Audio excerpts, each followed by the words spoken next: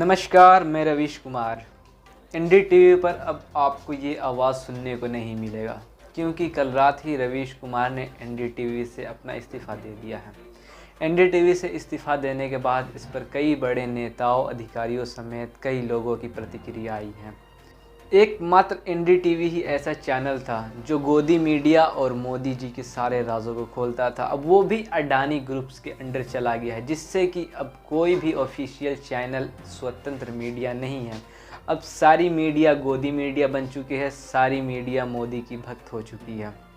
इतिहास रवीश कुमार को याद रखेगा कि कैसे जब एक तानाशाह के दौर में सारी मीडिया बिक चुकी थी, सारी मीडिया गोदी मीडिया हो चुकी थी, तब एक पत्रकार इस तानाशाह के सामने अपने सीने को चौड़ा रखते हुए उसकी आंखों में आंखें डालकर सच्चाई और स्वतंत्रता के साथ उस तानाशाह की आंखों में आंखें डाल करके निष्पक्षता से पत्रकारिता कर रहा था। लेकिन आखिरकार ऐसा हुआ कि अब मोदी जी के प्रिय दोस्त गौतम अडानी जी को ये बात हजम नहीं हुई। गौतम अडानी जी के प्रिय परम मित्र नरेंद्र मोदी को कोई कैसे ऐसे बोल सकता है और उनकी पोल पट्टी खोल सकता है। इसके लिए गौतम अडानी ने सिर्फ एक शख्स को हटाने के लिए पूरी की पूरी एनडीटीवी को खरीद लिया। लेकिन इतिहास इस बात को भी याद रखेगा कि दुनिया का दूसरा सबसे अमीर व्यक्ति एक चैनल तो खरीद लिया, लेकिन एक उस इंसान को नहीं खरीद सका। एक सच्चे पत्रकार की कीमत ये गोदी मीडिया क्या जाने कि सच्ची पत्रकारिता क्या होती है और सच्ची पत्रकारिता में सम्मान क्यों मिलता है।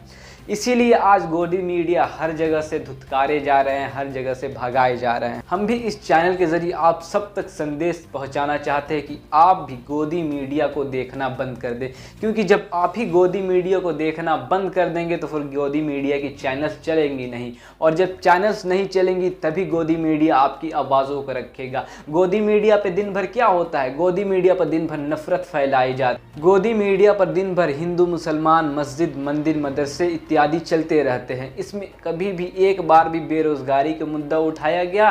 कभी भी एक बार महंगाई का मुद्दा उठाया गया? नहीं। क्यों उठाया जाएगा? क्योंकि मीडिया गुलाम हो चुकी है। वो सिर्फ मोदी जी की चाटुकारिता कर सकती है, ना कि आपकी आवाज़ उठा सकती है। स्वतंत्र लोकतंत्र में मीडिया को चौथा स्तंभ माना गया है, लेकिन हमारे भारत में मीडिया का रैंकिंग पूरे विश्व में 141वें स्थान पे है। तो ये मीडिया क्या जाने कि मीडिया का अर्थ क्या होता है, मीडिया कैसे स्वतंत्रता और निष्पक्षता के साथ अपना काम करती है, ना कि किसी सरकार के अंडर में रहते हुए उसकी दलाली करती है। तो भारत का मीडिया स्पेस बदल चुका है। उन हजारों युवाओं की सोचिए जो पढ़ाई पत्रकारिता की कर रहे हैं, लाखों रुपए लगा रहे हैं, मगर उन्हें काम दलाली का करना पड़ेगा, क्योंकि इसके लिए अब कोई सांस्थानिक जगह नहीं बची है। इसी के बीच जो आने वाले पत्रकार हैं, जो इस वक्त पत्रकार हैं, सभी को जूझना है। कोई घुट रहा है तो कोई इस पेशे को छोड़ रहा है। कई लोग कहते हैं कि नौकरी की मजबूरी के अलावा पत्रकार बनने की कोई दूसरी शर्त नजर नहीं आती, कोई उत्साह नहीं है। यहां तो जस्टिस तक कह रहे हैं कि जमानत देने पर जजों को टारगेट किए जाने का डर लगता है। जब जज को ही डर लगता है तब फिर इस दौर में यह बोलना भी गुनाह है कि मुझे डर नहीं लगता है। एक डरा हुआ पत्रकार मरा हुआ नागरिक पैदा करता है। इसलिए बोला कीजिए कि हमें डर नहीं लगता है। आप उस देश के नागरिक हैं जिसने नंगे पांव ब्रिटिश साम्राज्य को घुटने पर झुका दिया। कोई कारण नहीं कि मैं आप पर भरोसा ना करूं कि एक दिन आप गोदी मीडिया की इस गुलामी से बाहर आएंगे। आप हमेशा इस गुलामी में नहीं रह सकते। इसकी गुलामी से आपको लड़ना ही पड़ेगा। यह सबकी लड़ाई है। इस लड़ाई के बिना आप दुनिया में। आइए हम बारी बारी से जानते हैं कि रवीश कुमार के इस्तीफा के बाद कई नेताओं और कई अधिकारियों ने क्या क्या बयान दिए हैं। सलाम, नमस्ते, सत श्री अकाल। मैं हूं मोहम्मद अदनान और आप देख रहे हैं तुरंत मीडिया। तुरंत मीडिया की आज की इस रिपोर्ट में हम अपने देश यानी कि नेशनल प्राइम टाइम में आपके देश की बड़ी बड़ी जानकारियां आप तक सिंपल और आसान भाषा में पहुंचाएंगे, जो गोदी मीडिया आपको कभी नहीं दिखाती है। रवीश कुमार के इस्तीफा के बाद ओम थानवी जी का एक बयान सामने आया है। ओम थानवी जी ने कहा है कि जब एनडीटीवी यानी कि उनका चैनल ही जब बिक गया है तो फिर रवीश कुमार वहां पे रह करके क्या कर सकते हैं भला।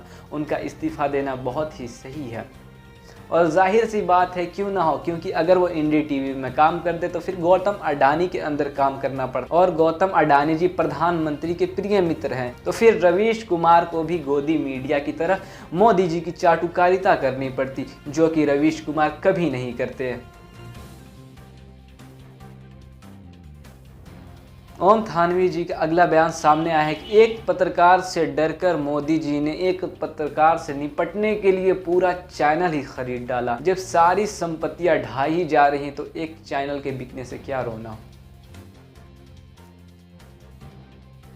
रवीश कुमार के इस्तीफा के बाद महबूबा मुफ्ती भी खुल करके सामने आई। महबूबा मुफ्ती ने रवीश कुमार के इस्तीफा को लेकर के कहा है, सत्ता के सामने निडरता, स्वतंत्रता और निष्पक्षता से बोलने वाले रवीश कुमार का इस्तीफा यह बताता है कि मीडिया की सच्चाई से डरती है सरकार। मीडिया की सच्चाई ही एक ऐसा शिकारी है जिससे सरकार खौफ खाती है।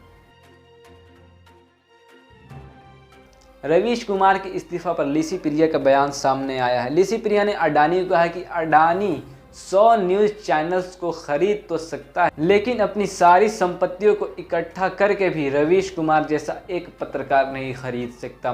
क्यों? क्योंकि रवीश कुमार एक सच्चे और ईमानदार पत्रकार थे और यही होती है सच्चे और ईमानदार पत्रकार की ताकत। रवीश कुमार के इस्तीफा पर अजीत अंजुम का भी बयान सामने आया। अजीत अंजुम ने कहा है कि रवीश कुमार के इस्तीफा पर जश्न मनाने वालों में एक कॉमन बात है, सारे के सारे मोदी सत्ता के पुजारी हैं। ये सारे न्यूज़ रूम के मोदी वादे पुतले काफ़ी दिनों से इस दिन का इंतज़ार कर रहे थे, जो कि अब आ गया है। उनके लिए काफ़ी जश्न और खुशी की बात है, वो मना ले, लेकिन इतिहास इस बात को याद रखेगा कि जब सारी मीडिया एक तानाशाह के सामने झुक गई थी तब भी रवीश कुमार सच्चाई और अच्छाई और निष्पक्षता, ईमानदारी के साथ मोदी सरकार के सामने खड़े थे और उनसे सवाल पूछ रहे थे। आम आदमी पार्टी के एमएलए रवीश कुमार के इस्तीफा पे कहा है कि रवीश कुमार का इस्तीफा एक चैप्टर का अंत है। देश का इतिहास रवीश कुमार को इसलिए भी याद रखेगा कि एक तानाशाह सरकार के सामने भी रवीश कुमार किस कदर सीना तान करके खड़े थे। रवीश कुमार के इस्तीफा के बाद एक बयान सामने आया है। उन्होंने कहा है कि कभी मैं एनडीटीवी में चिट्ठी छाटने का काम किया करता था, बाद में ग्रुप एडिटर भी बना, लेकिन मैंने कभी इस बात की सहानुभूति नहीं दिखाई। कुछ लोग तो जहाज में बैठकर भी चाय बेचने का किस्सा सुनाते हैं। रवीश कुमार ने कहा है कि जब एक दिन लोग अपनी नफ़रतों से जर्जर हो जाएंगे तब उन्हें किसी पत्रकार की याद आएगी। और ये बात बिल्कुल सही है कि रवीश कुमार जैसा पत्रकार देश में मिलना काफ़ी मुश्किल है, क्योंकि सारी मीडिया तो गोदी मीडिया बन चुकी है। अगली खबर गुजरात से। गुजरात में बीजेपी को 163 करोड़ रुपए का चंदा मिला है। इस पर पवन खेड़ा ने बोला है कि मोरबी ब्रिज कोलैप्स के जिम्मेदार कंपनी से आखिर बीजेपी को कितना चंदा आया है।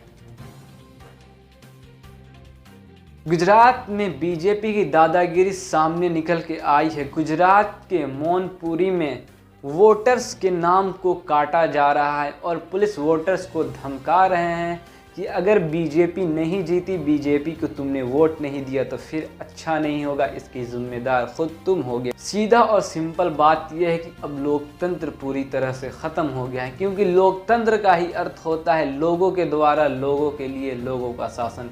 अब लोगों का शासन ना होकर के अब एक तानाशाही शासन आ गया है देश में, यह आपको भी स्वीकार करना पड़ेगा। अगर आप चाहते हैं कि ये तानाशाही सरकार ख़त्म हो तो हिंदू, मुस्लिम और धर्म के पर्दों को अपने आगे से हटाएं और देखिए कि देश किस गर्त में डूबता जा रहा है। अगर आप सब आज एक ना हुए तो फिर देश कभी भी ऊपर नहीं आ पाए और आप हिंदू, मुस्लिम धर्म और जाति में लगे रह जाएंगे और फिर देश फिर से किसी राजनेताओं का गुलाम हो जाएगा। एनडीटीवी के प्रमुख पत्रकार रवीश कुमार के इस्तीफा पर बोले नीतीश कुमार कि अब मोदी जी के पास सारा मीडिया का कंट्रोल आ गया है, अब चाहे तो मोदी जी देश भर में कुछ भी करा सकते हैं। अमित शाह ने खुद के हाथों से खुद का मुंह काला कर लिया है। अमित शाह ने कहा है कि दंगों से किसी का भला नहीं हुआ, ना हिंदू का ना मुसलमान का। इससे साफ पता चलता है कि 2002 के दंगे गुजरात में किसने कराए थे। सही बात है, दंगों से किसी का भला नहीं होता। दंगों से आम लोग, आप जैसे हमारे जैसे लोगों का कभी भला नहीं होता। आप जैसे हमारे जैसे लोग दंगों में, जेलों में जाकर सड़ते हैं और अमित शाह जैसे लोगों के बेटे बिना किसी योग्यता के बीसीसीआई के सेक्रेटरी बन जाते हैं। आपको और हमें ये बात समझनी होगी। कांग्रेस ने बीजेपी पर एक बड़ा इल्ज़ाम लगाते हुए कहा है कि बीजेपी गुजरात में एक बहुत बड़ा षड्यंत्र रचने की कोशिश कर रही है। ईवीएम को स्ट्रॉन्ग रूम तो केंद्रीय सुरक्षा बल के बजाय गुजरात की पुलिस खुद ले जाए। अगर ऐसा होता है तो फिर गुजरात में हाल कुछ ऐसे ही होंगे कि वहाँ पे जाहिर सी बात है बीजेपी की ही सरकार बनेगी, क्योंकि ऊपर से लेके नीचे तक सारे लोग ही बिके हुए हैं। बीजेपी सांसद बृजभूषण सिंह का एक बयान फिर से सामने आया है। उन्होंने बाबा रामदेव पर निशाना साधते हुए कहा है कि बाबा रामदेव मिलावट के राजा हैं और नकली दूध और पनीर बनाने वाले इनके चेले हैं। रवीश कुमार के इस्तीफा पर पूर्व आईपीएस अधिकारी बोले कि मोदी जी एनडीटीवी पर अब तो इंटरव्यू दे दो, अब क्या डरना है। अब तो रवीश कुमार भी नहीं रहे एनडीटीवी, अब तो ये चैनल समझो आपका हो गया है। अब इंटरव्यू देने से ना डरे Modi ji. National prime time show में आज के लिए बस इतना ही। अगर वीडियो को पसंद आई हो तो वीडियो को लाइक कीजिए, चैनल को सब्सक्राइब कीजिए, हमें सपोर्ट कीजिए।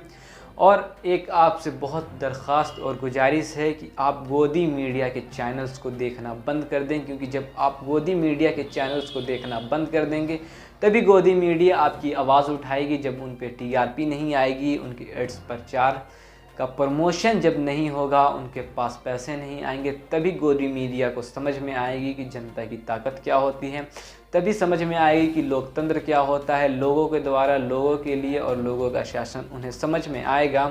अन्यथा आप ऐसे ही उनके चैनल्स को अगर देखते रहें तो उनका मनोबल कभी नहीं टूटने वाला और वो आपको हमेशा गुमराही के राह पे ही रखेंगे। इसीलिए आप मेरे भी चैनल्स को सब्सक्राइब कर दें और वीडियो को जहां तक हो सके वहां तक शेयर करें, क्योंकि हम आपकी आवाज़ को बुलंद करते हैं। अगर आपके पास कोई जानकारी, कोई वीडियो फुटेज, किसी भी तरह का न्यूज़ हो तो आप मेरे इस ईमेल आईडी पर सेंड कर सकते हैं, हम आपकी आवाज़ को उठाएंगे। आज की वीडियो में बस अभी तक के लिए इतना ही, फिर मिलेंगे हम आपसे अगली वीडियो में। तब तक के लिए जय हिंद।